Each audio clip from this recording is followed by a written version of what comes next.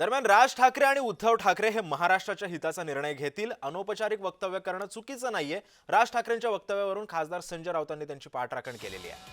राज ठाकरे आणि उद्धव ठाकरे हे महाराष्ट्राच्या हिताचाच निर्णय घेतील असं राऊत म्हणतायत.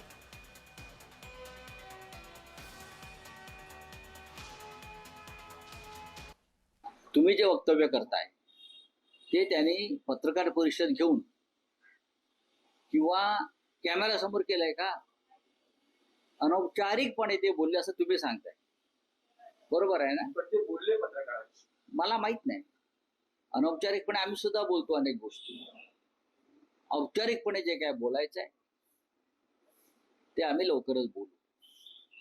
आता उगाचच हवेत तीर मारण्यात अर्थ नाही. आम्ही आशावादी आहोत. दोन्ही पक्षाचे कार्यकर्ते आशावादी आहेत. महाराष्ट्राच्या हिताचं जे करायचं आहे त्या संदर्भात माननीय उद्धव ठाकरे, राज ठाकरे एकत्र बसून निर्णय घेतील ना, मला माहिती आहे. तुम्ही उगाच त्याच्यामध्ये पाऊस पडत नसताना गडगडाट करू नका.